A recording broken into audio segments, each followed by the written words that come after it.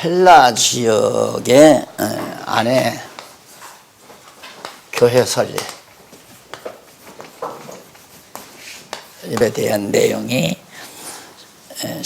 16장 6절로부터 16장 6절에서부터 18장 17절까지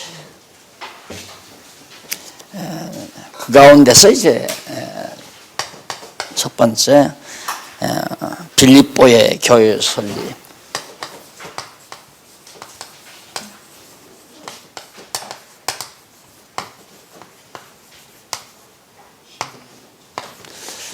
이게 16장 6절로부터 40절까지 그 부분을 우리가 배우고요.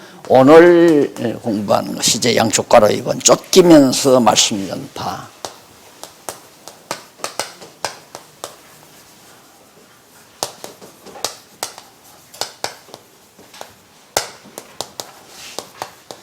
예, 바로 17장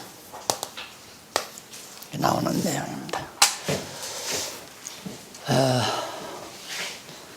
헬라 지역 하면 지난번 말씀드린 대로 이게 터키 아니에요? 터키. 예, 지중해 연안이고요. 그 다음 이렇게 해서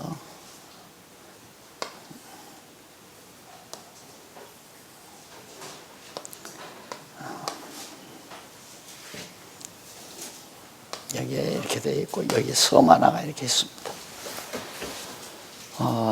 개괄적으로 무슨 공부하시면 헬라 지역 하면 먼저 여기서 이제 빌립보로 건너가잖아요. 빌립보로 건너가서 거기서 쫓겨서 어디로 가냐면 데살로니가로 갑니다. 데살로니가로 가고 데살로니가에서 쫓기니까 어디로 가느냐면 데살로니가 다음에 이제 베레아로 갑니다. 빌립보에서 쫓겨서 데살로니가라고 하고 데살로니가에서 쫓겨서 베레아로 갑니다. 자, 베레아에서 이제 어디로 가냐면 아덴으로 가거든요. 여기 아덴으로 가는데 그 다음에 이제 아덴. 그 다음 이제 여기가 고린도입니다. 고린도. 고린도. 그런데 쫓기면서 이 말을 제가 주제에도 담은 이유는 하나님께서 하시는 일이 저런 우리 편, 그러니까 복음을 전하는 자들에게 생각해보면 불리한 거죠. 쫓긴다고 하는 것은 저쪽에서 초청을 해서 초청받아서 정말 대우받으면서 가서 복음을 전하게 하나님이 그렇게 안 하시고 대적들에게 쫓겨나게 만들어요. 쫓겨나니까 아니면 빌립보에서 자리 잡았잖아요. 베레아라는 여성도가 바울을 영접해서 모든 편의 시설을 다 공급해 주는 거거든요. 그러니까 거기서 머물면서 1년을 전하든가 6개월을 전하든가 하나님이 그렇게 하지 아니하시고 빌립보에 이제 새로운 복음이 들어왔다 하니까 대적자들이 이제 바울을 괴롭혀요. 그러니까 이제 어디로 가느냐면 데살로니가로 쫓겨가서 거기 가서도 역시 또 쫓아와요. 그러니까 또 어디로 가냐면 베레아로 가서 전하게 되고 베레아에서 이제 아덴으로 가고 아덴에서 이제 고린도로 그렇게 가거든요. 고린도에서도 또 쫓겨나요. 그래서 이런 부분들을 우리가 잘 기억하고 있으면 아까 우리 목사님들 기도하면서도 말씀을 했습니다. 찬송부를 때도 했지만 주의 일을 하다가 보면 복음을 위해서 일하다가 보면 낙심될 때도 있고 대적들 그렇게 잘 협조하던 자가 우리말로 배신하고 떠나는 경우도 있고 나가서 욕하고 험담하고 비난하는 사람들도 있고 별의별 일이 많습니다.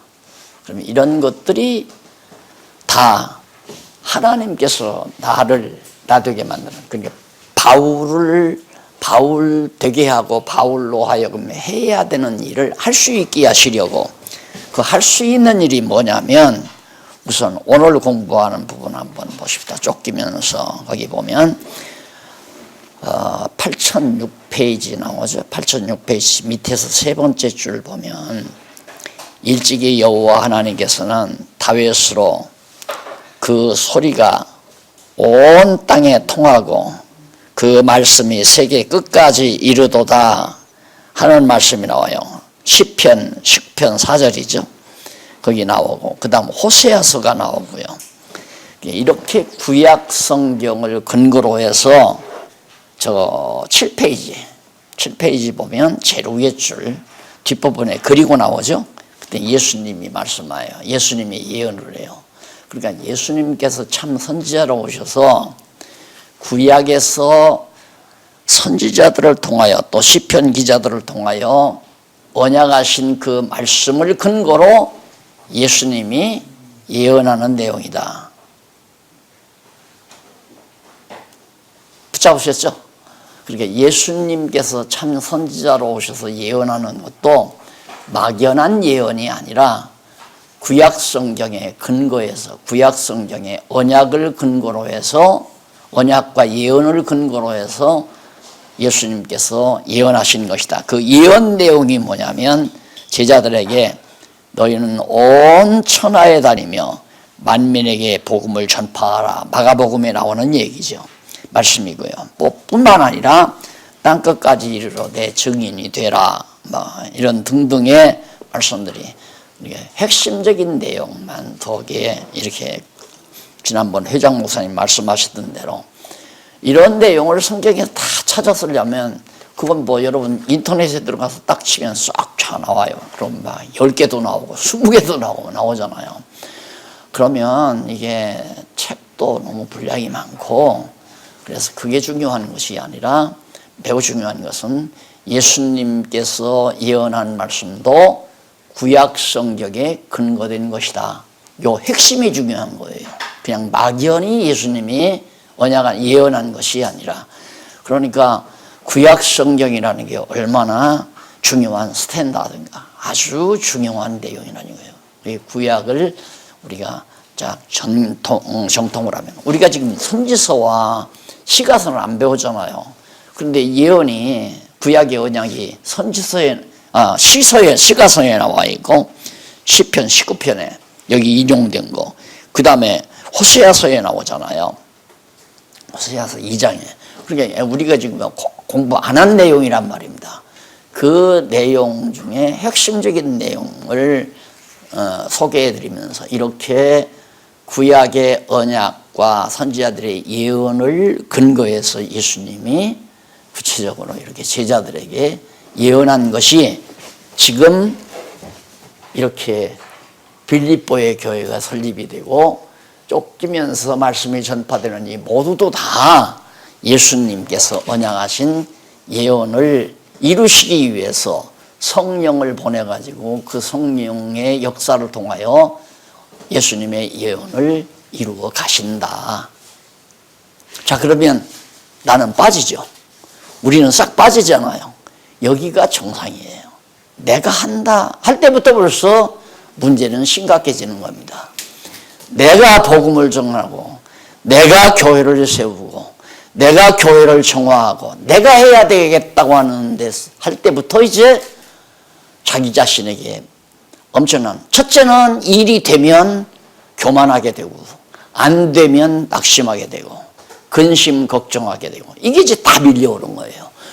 교만해도 문제가 되고 낙심해도 문제가 되고 또 근심 걱정을 해도 문제가 되는 거 아니에요. 그래서 성경신학을 제대로만 잘 정리해 놓으면 교만하지 않게 되고요. 그 다음 낙심하지 않게 되고요. 그 다음 근심 걱정도 안 하게 된다. 그래서 은혜와 평강이 항상 나를 사로잡는다. 이게 바로 지금 우리가 먼저 갖춰야 돼. 우리는 지금 목사님들이 지금 맨날 못 놓는 부분 하나가 뭐냐면 당장 다음 주일날 설교를 해야 한다는 얘기예요. 당장 교회를 부흥시켜야 되고 당장 나가서 내가 막 가르쳐야 되고 이런 문제들에 사로잡혀서 성경을 공부하다가 보면 성경이 내게 양식이 되는 것이 아니라 내가 쓰는 도구가 돼버리고 말아요. 그래서 죄송해요. 목사님들에게 이런 말씀드려서 안 됐지만 성경을 도구로 삼지 말고 내 양식을 삼아라. 내 영혼의 양식을 삼아라. 그래서 먼저 내가 내 자리를 하나님께서 바울을 바울되게 한 것처럼 교만하지도 아니하고 비굴하게 낙심하지도 아니하고 근심 걱정하지도 아니하고 이게 이제 영혼의 양식을 먹고 내 영혼이 평온한 것. 그래서 이런 상태를 다윗은 뭐라 부르냐면 어린아이가 젖된 어린아이라고 그래요. 젖을 뗀 어린아이가 엄마의 젖을 잔뜩 먹고 젖을 먹다가 이제 다 배부르니까 젖을 떼잖아요. 젖을 입을 뗀단 말입니다. 떼고서 편안히 잠든 어린아이와 같이 자기가 그렇게 평온하다. 그러니까 최고로 평온한 상태는 엄마의 젖을 먹고 배부른 상태에서 잠든 어린아이가 무슨 교만이 있고 낙심 절망이 있고 무슨 근심 걱정이 있겠는가. 이런 상태가 됐을 때 너무 좋으니까 그 신령한 기쁨과 평안을 함께 나누는 거죠. 누구하고?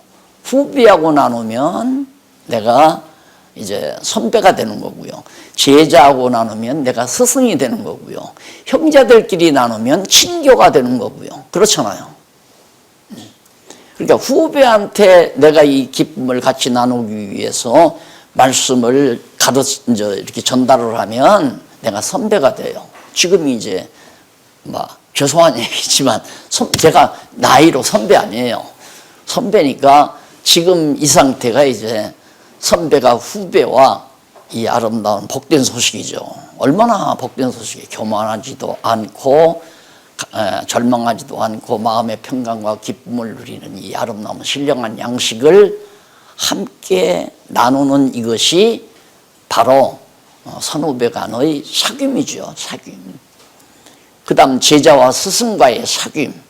그 다음 형제들과의 친교, 사귐이죠. 형제들과의 친교, 교제. 그러니까 이제는 사실 목사님들은 후배라고도 할 수 있고 이제 형제라고도 할 수 있고 나아가서는 이제 동력자가 되는 거죠. 동력자는 함께 땀 흘리고 수고하고 같은 이 진리를 위해서 같이 영적 전쟁에 나가서 투사로 같이 일해 나가는 동력자로서의 위치, 이런 관계가 바로 형성이 된다. 그래서 우선 목사님들이 이렇게 이 시간을 가질 때 내가 이걸 어떻게 활용을 해야 되겠다. 활용은 설교하는데 활용하는 거죠. 그게 중요한 것이 아니라 내가 먹고 내 영혼이 성숙해서 하나님 앞에 하나님 사람다운 사람으로 또 하나님의 일꾼다운 일꾼으로 자리매김되는 게 매우 중요하다. 그래서 우선 양식으로 삼는 게 중요하겠다 하는 얘기예요. 그래서 그 얘기가 바로 이제 말씀드렸어요. 예수님께서 예언하신 말씀을 이루시려고 보혜사 성령을 보내잖아요. 보혜사 성령이 임해서 이렇게 바울로 하여금 쫓기면서 만민에게 복음을 전파하도록 하신다. 나는 거기 하나도 안 들어간 거예요. 다만 우리는 전달자로, 그러니까 아까도 내가 받고 너무 좋으니까 후배에게 전하고 제자에게 전하고 형제에게 전하고 동력자들과 나누는 이런 관계를 성령께서 맺게 하는 것뿐이지 실상 성령이 다 하시는 거란 말입니다. 그런데 우리가 다 주인 자리에 앉아 있잖아요. 교회를 세우는 것도 내가, 교회를 부흥시키는 것도 내가, 성도들을 정말 키우는 것도 다 내가. 이렇게 되니까 목회가 힘들다고 하는 얘기죠. 자, 그러면 확인해 보십시다. 7장 1절로 9절 보면 데살로니가에서 그리스도를 증거하자 유대인들이 회방을 납니다. 빌립보에서 쫓겨났죠. 지난번 공부했죠. 지난 주간에. 빌립보에서 쫓겨났어요. 왜 쫓겨났는가? 그 귀신 들린 사람을 갖다가 이용해서 돈 버는 사람이 있는데 바울이 그걸 귀신을 내쫓아 버리니까 생업이 없어져 버리잖아요. 그래가지고 핍박을 해서 결국에는 바울을 막 괴롭히니까 바울이 빌립보에서 도망쳐가지고 어디로 갔냐면 데살로니가로 간 거예요. 여기서 쫓겨나서 일로로 온 거죠. 내가 왜 이걸 왜 이렇게 그려드렸느냐 하면 목사님 그림 연습이 필요하죠. 왜냐하면 어른들도 이게 중요하지만은 학생들은 더더욱 중요합니다. 지금 목사님 하시는 얘기가 그냥 무슨 뜬구름 얘기가 아니구나. 무슨 소설도 아니고 실제로 이 지구상에서 역사적으로 이루어진 일이라는 사실이 각인되는 거예요. 아주 중요합니다. 이런 것들이. 그런데 우리는 강단에 이런 거 없잖아요. 강단에 이런 거 없어요. 그냥 이렇게 서서 그냥 계속 이제 딱 폼 재고 입으로만 계속 하니까 사람들은 듣기를 저 하늘에서 그냥 뚝 떨어진 어떤 얘기를 하는 줄로만 알아요. 그러니까 아이들은 뭐 그냥 만화에도 나오고 공상영화에도 나오는 얘기 같다. 이렇게 들어버리는 거죠, 학생들은. 그래서 저 처음 개척할 때부터 딱 칠판 걸어버렸잖아요. 여기 십자가 딱 떼버리고 여기 십자가 딱 떼버리고 칠판 딱 걸어버렸어요. 그랬더니 요즘에는 아마 한국교회 칠판 건 강단에다 칠판 걸어놓은 교회들이 꽤 이제 점점 늘어나는 것 같아요. 효과가 참 좋죠. 이 지도를 이렇게 그려서 하나하나 설명. 진짜 저게 역사적으로 2000여 년 전에 실제 지구상에서 있었던 얘기로구나. 그러면 지구상에서 그렇게 일어나는 실제 사실이 구약시대 다 선지자들을 통해서 예언하고 언약된 말씀에 근거해서 예수님이 예언한 말씀을 이루기 위하여 보혜사 성령 보내가지고 바울로 이렇게 쫓겨다니면서 만민에게 복음을 전파하게 한다. 진짜 대단한 하나님 말씀이구나. 이런 데서 아이들은 다 놀라는 거예요. 아이들뿐만 아니라 어른들도 마찬가지입니다. 피할 수가 없는 거예요. 피할 수가. 너무 분명하니까, 너무 분명하고 확실하니까. 그래서 하나님의 말씀은 세팅해서 완전히 이 구조적으로 완전히 조립된, 논리적으로 구조적으로 딱 조립된 그 말씀을 전파해야지 단마디 말로는 안 돼요. 특히 우리들 그러잖아요. 우리 한국교회 강단 믿습니까? 한마디 해놓고 믿습니까? 단마디 얘기해요. 축복받을 지어다 해놓고 믿습니까? 축복받을 거 믿냐고 그러니 그게 참 답답한 일이죠. 한심한 일이고. 그렇게 쇠뇌시키는 데는 몇 차례 하면은 이제 쇠뇌는 될지 모르지만 쇠뇌된 건 맹신이에요. 그러니까 성경은 완전히 논리적으로 구조화되어 있고 그 논리적인 구조 속에서 완전히 피할 수 없이 이래서 이렇고 이렇기 때문에 성경은 하나님 말씀이고 살아계십니다. 하나님은 살아계십니다. 이래죠. 구약에서 선지자들을 통해서 예언하시고 언약하신 말씀을 근거해서 예수님이 예언을 하고 그 예언을 이루기 위하여 성령을 보내가지고 바울로 하여금 쫓겨다니면서 이렇게 만민에게 복음을 증거하겠다. 완전히 구조적으로 막 조립된 내용 아니에요. 그렇게 이게 막 논리적으로 덩치로 들어가 버리니까 뇌가 완전히 박살나 버리는 거예요. 자기가 과거에 깨닫지 못했던 생각들을 딱 듣고 보니까 그렇다면 저 성경이 대단한 책이로구나. 일단은 그렇게 해서 성경이 대단한 책이로구나. 그러니까 결국은 성경이 하나님 말씀이다. 이렇게 믿으라고 해서 믿습니까 해서 할렐루야 해서 믿어지는 게 아니라 믿어지게 되기 때문에 믿는다 그 말이에요. 천하 없어도 믿을 수밖에 없어요. 다시 너무 중요한 얘기니까 늘 해왔지만은 그래도 자꾸 목사님들이 이걸 놓치는 것 같아요. 왜? 그렇게 그동안 사고를 안 해오셨기 때문에. 일단은 구약이에요. 구약의 언약. 구약의 언약이 언약의 근거에서 신약 예수님이 예언을 했어요. 신약에서 예수, 예언. 그 예언을 성취하기 위해서 바로 신약에서, 똑같은 신약에서 성령 강림하셨어요. 그래서 그 성령에 의해서 사도들로 만민에게 복음을 전파해서 교회가 설립되게 한다.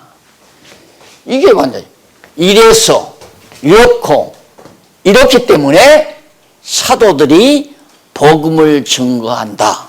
맞잖아요. 이게 논리라 이 말입니다. 이걸 놓치면 안 돼요. 항상 목사님들의 뇌리에는, 머릿속에는 이제 성경 전체 내가 쭉 지금 대충 윤곽 잡아서 나가잖아요. 그 바탕이 깔려 있어야 한다는 얘기예요. 거기에 딱. 그래서 언제 어디서 어느 지역을 강의해야 하더라도 이런 논리가 쑥쑥 이렇게 발췌되도록. 그렇게 되면 믿기로 작정된 자는 와서 듣고 안 믿을 사람이 없어요. 믿을 수밖에 없어요. 믿어질 수밖에. 야, 정말 하나님의 역사로구나. 하나님 살아계시구나. 그 하나님 살아계시다는 것이 이런 구조로 돼 있는 성경에 의해서 알게 되니까 성경은 하나님의 말씀이고 그렇게 말씀하신 하나님은 살아계시다. 이것만 믿으면 끝나잖아요. 그렇게 믿는 것과 아는 것으로 하나 된 성도들을 성령께서 하나 되게 하시는 거예요. 성령이 하나 되게 하시는 것을 힘써 지키라는 말은 성령이 이렇게 언약에 근거한 예수님의 예언대로 성령이 이루어서 믿게 함으로 성령께서 사도를 통해서 전달해서 믿게 해서 믿는 것과 아는 것으로 성령이 하나 되게 하신 것이 교회다. 이렇게 생각해요.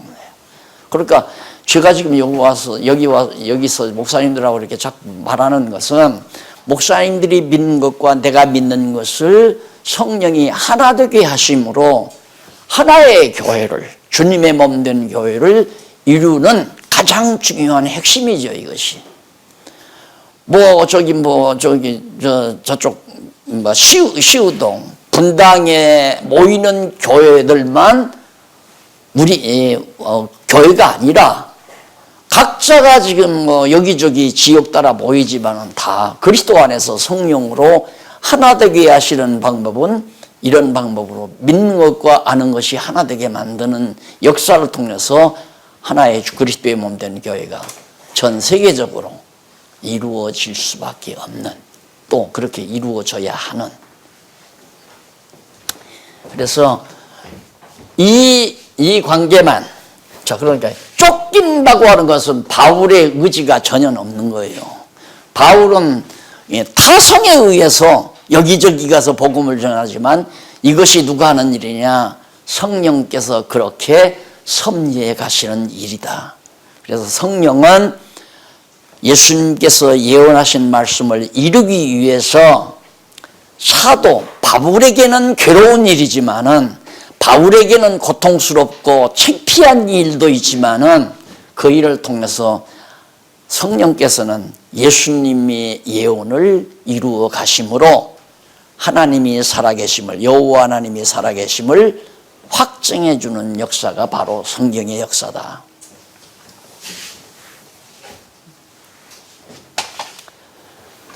쫓기면서 말씀을 전파해서 전파되는 곳마다 교회가 서졌다.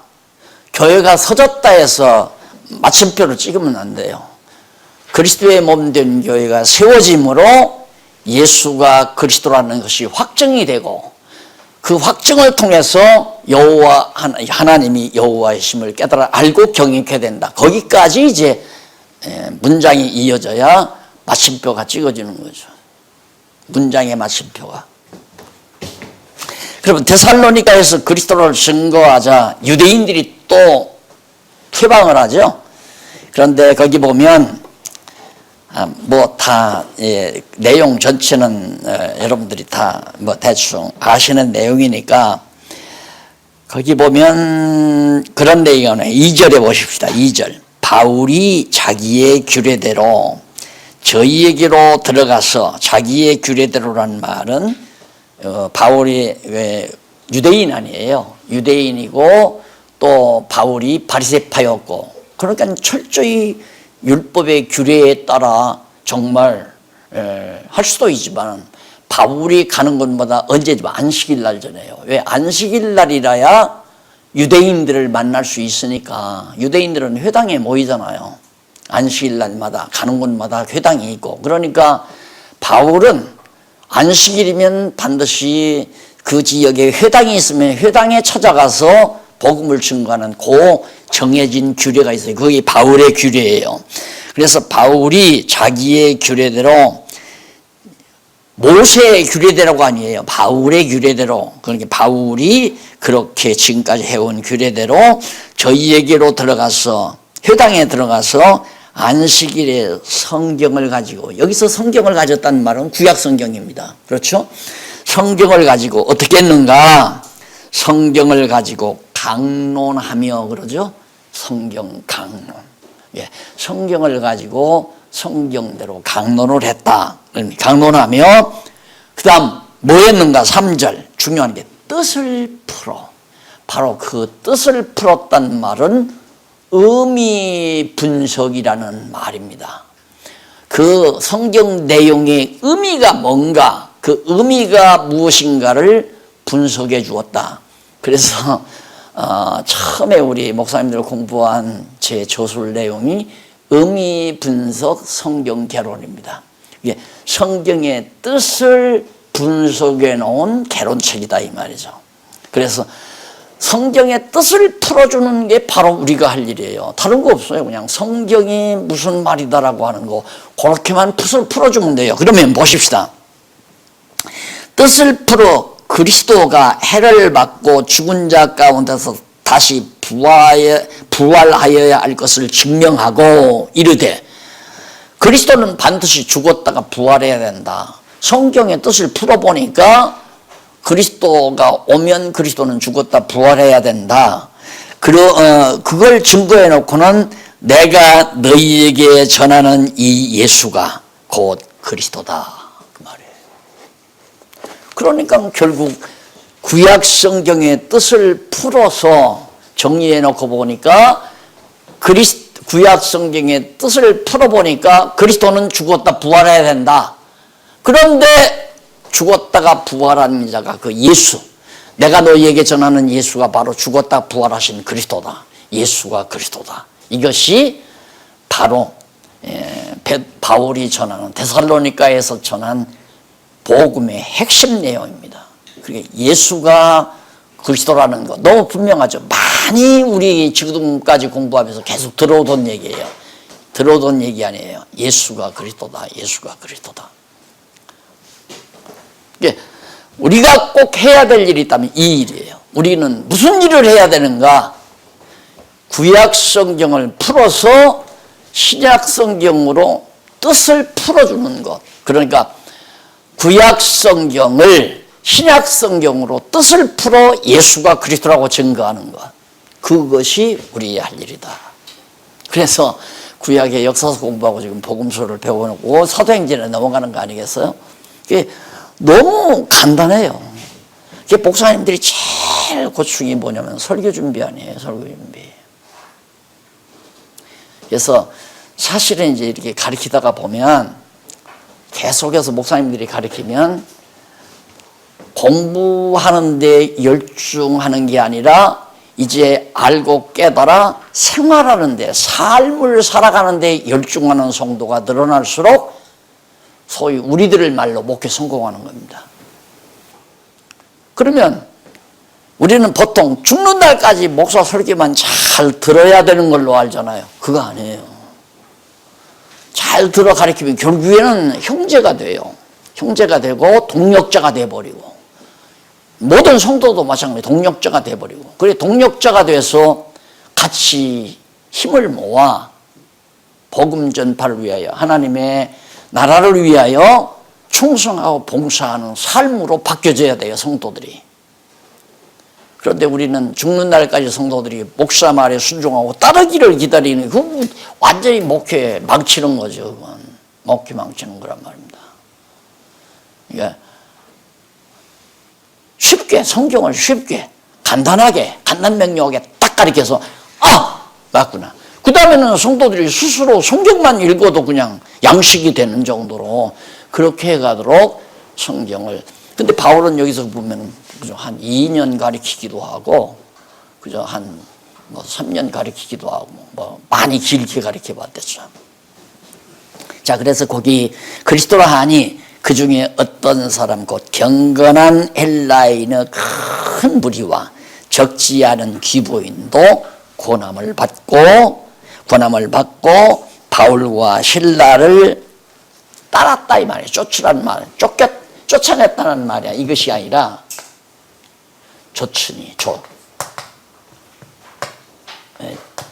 쫓았다 이 말이에요. 따랐다. 그러니까 그러나 큰 무리하고 헬라인의 큰 무리와 적지 않은 귀부인, 돈 많은 사람들도 많이 바울을 따르게 됐다. 그러나 유대인들은 시기에서 얼마나 시기 질투가 나겠어요. 막 많은 사람들이 이제 복음을 전하는 걸 듣고 따르니까 시기에서 자기의 어떤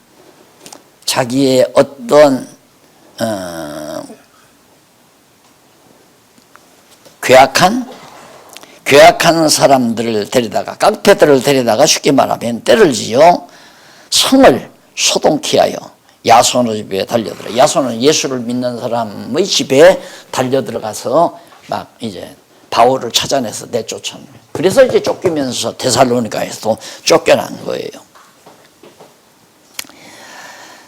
그 다음에 이제 넘어가서 보면은 17장 10절로 15절.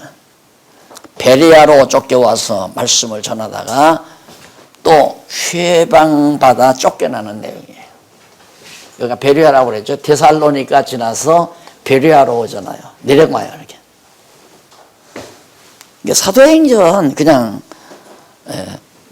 다 글자를 외우지 말고 그 사건을 머릿속에 쭉 다 집어넣어서 쉽게 정리하시면 됩니다. 베레아로 내려와서 이제 전하는데, 거기서 꼭 기억해야 될 것은 베레아 사람은 여기 데살로니가 사람들보다 더 신사적이었다고 그랬어요. 그러니까 저는 늘 그런 얘기를 하죠. 우리 목회할 때 성도들을 신사적인 사람으로 그렇게 바꿔놓는 것이 매우 중요하다. 그럼 신사적이라는 말은, 신사적인 사람은 어떤 거냐? 말 듣고 그냥 무조건 따르는 사람은 그건 언제 또 배반해도 배반을 할 가능성이 있는 사람이에요. 예를 들어서 제가 여기서 강의하는 내용을 무조건 그냥 제 말을 듣고 박 목사가 재밌다 하고 같이 저를 붙여놓는다고 한다면 언젠가는 또 나를 배신할 수도 있어요. 그런데 그게 아니고 베레아 사람 같은 경우는 바울의 말을 듣고 정말 그런가 하고 날마다 성경을 상고했다고 그랬어요. 그럼 자기가 성경을 상고하면서 맞다. 자기 혼자 그러네요. 맞다. 바울의 말이 성경 말씀과 맞다. 그래서 이제 성경을 깨닫게 되는 거 아니에요. 그러면 자기가 성경을 보고 깨달았기 때문에 나를 배반하고 안 배반할 필요가 없어요. 나를 배반하고 안 배반하고 할 그 이유가 아니면 자기도 성경을 믿고 나도 성경을 믿으니까 배반할 필요도 없고 붙여줄 필요도 없는 거고. 그래서 저는 그런 얘기를 제가 지금 나이 좀 들고 보니까 제일 조심할 것이 나를 따르는 사람을 조심해야 되겠더라고요. 나를 무조건 그냥 막 충성자로 따르는 사람. 그게 나중에 무서운 적수가 돼요. 그래서 이걸 어떻게 이걸 피하는 방법, 이런 일이 없을 수 있는 방법이 뭔가 간단하잖아요. 날 따르게 하지 말고 성경 말씀대로 따라가게. 그러니까 성경 말씀을 믿는다면 하나님을 믿는 거니까 날 따르지 말고 하나님께 충성하라. 하나님을 위해서 일하라. 나를 위해서 일하지 말고. 그런데 나를 따르는 사람은 연보를 해도 나를 위해서 해주는 거예요. 선물을 해도 나를 위해서, 나에게 관심 받게 하려고 선물을 하는 거예요. 항상 요주의 인물입니다. 그 사람이. 항상 요주의 인물. 그러니까 사람이란 해주면 기대치가 있어요. 그건 너무 분명한 거예요. 그렇잖아요. 내가 여차 목사님을 위해서 이렇게 연보를 많이 했으니까 목사님이 나에게 어떤 대가를 주겠지. 그 대가라고 하는 것은 장로를 시켜준다거나 권사를 시켜준다거나 뭐 그런 거에 이제 보통 있는 거고, 안 그러면 뭐 이담할 때 목사님이 한마디 해서 회장을 시켜준다거나 뭐 간부를 시켜준다거나 이런 것도 있고, 또 아니면 특별히 자기를 모든 교인들 가운데 자기를 특별히 대해주기를 바라는 기대치도 있는 거고. 그런데 목사가 그럴 수는 없잖아요. 목사가 그래서는 안 된단 말입니다. 안 하면 그건 무조건 이제 나중에는 적수가 돼요. 온갖 비난 다 쏟아내는 거죠. 거짓말 만들어내고 온갖 거짓말로 비난하고 욕하고 험담하고 그럴듯하게. 그건 그냥 공식으로 알면 돼요. 공식으로 알면. 그래서 우리 목사님들의 입장에서는 그냥 말씀 전해주고 믿든가 말든가 그건 관계가 없어요. 내가 믿게 할 수는 없는 거니까 하나님의 말씀 성경을 똑바르게 성경의 뜻을 풀어 가르쳐주면 끝나는 거예요. 성경의 뜻을 풀어서 가르쳐 예수가 그리스도라고 증거해주면 베레아 사람들 같으면 정말 성경이 그런가 하고 성경을 참고해서 자기가 공부할 거 아니에요. 그럼 맞구나. 박용기 목사의 말이 맞은 게 아니라 성경이 그렇구나 하고 성경을 믿는 거예요. 하나님의 말씀으로 믿고 하나님을 여호와로 경외하게 된다. 그러면 나와 이제 믿는 것과 하는 것이 하나 되니까 그리스도께서 성령께서 하나 되도록 묶어주는 거죠. 성령이 하나 되게 하신 교회가 되는 그리스도의 지체가 된다 이 말입니다. 그러니까 그때는 뭐 네가 날 따를 것도 없고 내가 너를 따를 것도 없고, 왜? 나도 그리스도의 지체고 너도 그리스도의 지체고, 그래야 아주 깔끔한 교회, 깨끗하고 깔끔한 교회가 가능하다. 그런데 그냥 목사의 인기로 성도들을 따르게 하는 것은 참 가장 위험한 목회 방법이에요. 가장 위험한 목회 방법. 그게 이제 보통 이제 약간 사이비적인 그런 운동들이 뭐 과거에 이제 뭐 구원파라든가 또는 뭐 통일교라든가 전동환이라든가 이런 것들이 다 하나의 이제 한 개인의 인기, 개인의 소유 이제 능력, 그래서 모두가 다 따르잖아요. 문선영을 따르고 박대성이를 따르고 누구를 따르고 인간을 따르다가 보면 바로 그냥 그 사람 죽어버리면 휴지부지 다 끝나는 거죠. 베레아 사람은 데살로니가 사람보다 여기도 신사적인데 여기는 더 신사적이더라 이 말입니다. 더 신사적인 거면 성경을 읽고 과연 목사님의 말씀이 옳은가 안 그런가를 분석하는 성도들이 많으면 그 교회는 신사적인 교회라고 할 수 있죠. 자, 그러다 보니까 그렇게 믿는 자들이 있는가 하면 거기도 가서 유대인들이 소식 들으니까 데살로니가에 의해서 이제 깍배지 됐던 그런 못된 무리들이 베리아에서 그런다니까 베리아로 또 쫓아가는 거예요. 계속 뒤따라다니는 거죠. 그러니까 베리아에서 어디로 가느냐면 이제 아덴으로 가는 겁니다. 그래서 거기 17장 16절로 21절에 보면 아덴에서 여러 부류와 변론하다가 복음을 전할 기회를 얻죠. 아덴 사람들은 굉장히 여기가 해안 아니에요. 여기가 해안, 항구 해안인데 대개 이제 항구 도시들이 그 우상 숭배가 참 많죠. 그래서 이제 아덴에 가가지고 바울이 보니까 그 지역을 쭉 살펴보니까 아주 종교성이 많아요. 거기에서 아레오바고라고 하는 그런 것도 있고, 여기가 이제 아덴이 소크라테스가 죽은 감옥, 아마 가보신 분들이 있을 거예요. 여기가 소크라테스가 갇혀서 있다가 죽었던 장소가 거기 이제 아덴에도 있습니다. 그리고 거기 이제 아덴에 바울이 이제 아덴에서 설교했던 막 이렇게 깔려진 큰 바위, 절벽 밑에 바위가 있는데 거기서도 바울이 설교를 했다고 그래요. 그 설교 내용이 지금 여기 나옵니다. 그것이 뭐냐면 설교 내용의 핵심은 내가 보니까 너희들 참 종교성이 많아가지고 가는 곳마다 신전을 지어놓고 아지 못하는 신에게라. 신은 있기는 있겠는데 어떤 신인지는 우리가 모르겠다. 그리고 아지 못하는 신에게 그냥 맹신하는 거죠. 우상을 섬기는데 아지 못하는 신이라는 신에게 제사를 드리는 거야. 그 신을 내가 너희에게 알게 하겠다. 올바른 신을.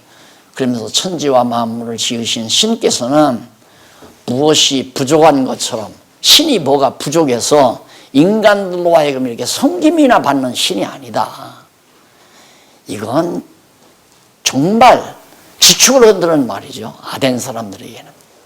그냥 자기들은 그냥 신을 잘 섬기기만 하면 신이 기분이 좋아서 마구 복을 쏟아 부어주는 줄로만 알고 지금 신전을 지어놓고 하지 못하는 신에게라고 정성 들이고 공을 들이고 다 했는데 바울이 청천벽력처럼 천지와 만물을 지으신 창조주신 올바로 섬겨야 될 그 신은 인간으로부터 째찌하게 섬김이나 받는 신이 아니다. 도리어 인간에게 만물과 호흡과 생명을 거저 공짜로 주시는 분이다. 그렇기 때문에 인간들이 손으로 지은 어떤 신전 안에 계신 분이 아니다. 얼마나 완전히 뒤집어 엎어버리는 거 아니에요. 완전히 뒤집어 엎어버리는 거. 그런데 이런 내용, 바울의 설교를 이렇게 보면서 오늘 우리 교회 지도자인 우리 목사님들이 이런 부분이 아덴 사람들이라 같은 부분이 없지 않아 상당 분량 많이 있는 게 있잖아요. 이 건물 지어놓고 이거 하나님의 집이라고 그러고 이거 성전, 하나님의 집이다. 이거 목수들을, 건축업자들을 통해서 지어놓고 이거 하나님의 집이다. 그게 아덴 사람들이랑 똑같이요. 바울은 손으로 지은 전에 하나님 안 계시다. 이게 신전이 아니다 그 말이거든. 그 다음 여러분 하나님께 많이 바치십시오. 정성 들여서 많이 바치면 하나님이 많이 축복해 줍니다. 그런 얘기는 은연중에 성도들에게 쫙 깔아주는 일을 사실 우리들이 많이 했잖아요. 그 바울이 전한 하나님과는 정반대죠. 하나님은 인간에게서 10,000원짜리, 50,000원짜리 그거 받는 하나님이 아니다 이 말입니다. 그래서 저는 처음에 저 건물을 지을 때 이거 성전 아닙니다. 성전 아니고 우리 여기 지금 믿는 거 아는 우리 성도님들 잘 가정을 잘 복음으로 양육하면 대대손손 이어가면서 주말 별장으로 쓸 수 있는 우리의 회관입니다. 그러니까 회관을 짓는다고 생각하고 우리 서로 힘 있는 대로 협력해서 회관을 집시다 해서 그걸 지은 거예요. 성전 짓자고 안 했어요. 회관 짓자고 했지. 왜? 성전 있는 거야 아니니까. 그리고 그거 했다고 해서 복 받는 것도 아니잖아요. 하나님은 뭘 인간으로부터 섬김받는 신이 아니기 때문에. 무슨 일이 있어요?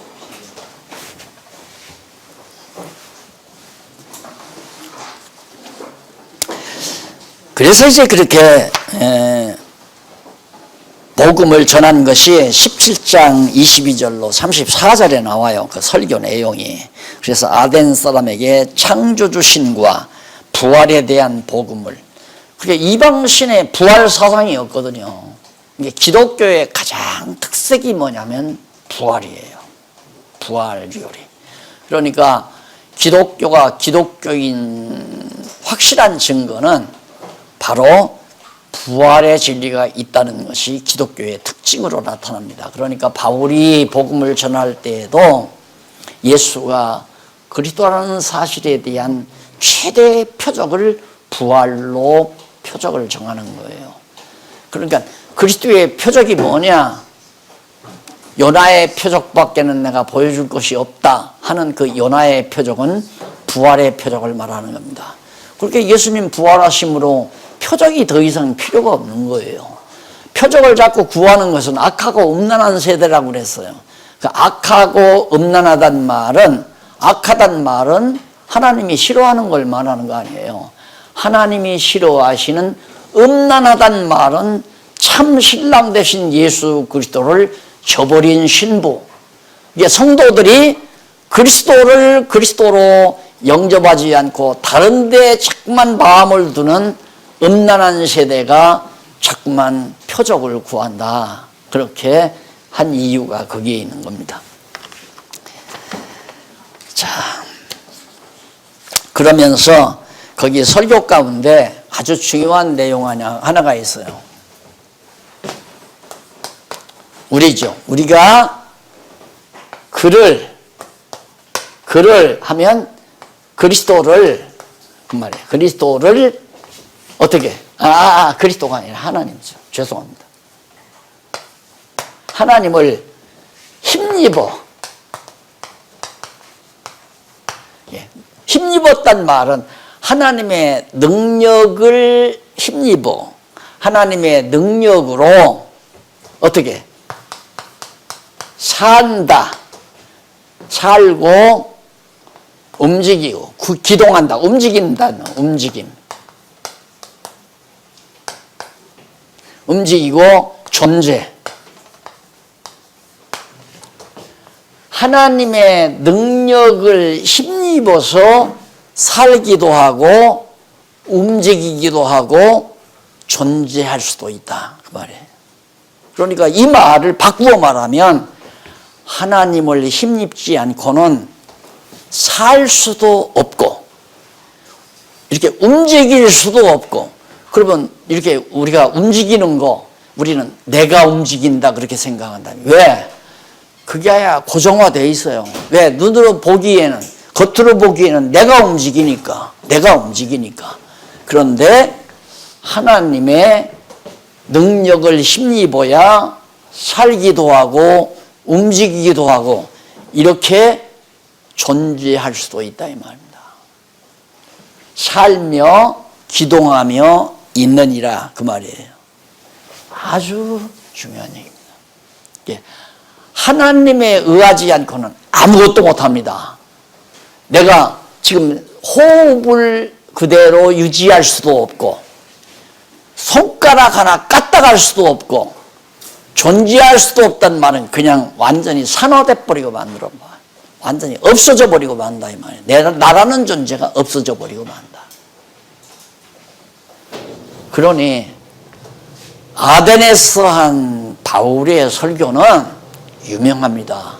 굉장히 거기에 신관이, 우리 기독교 신관이 잘 나타나 있다.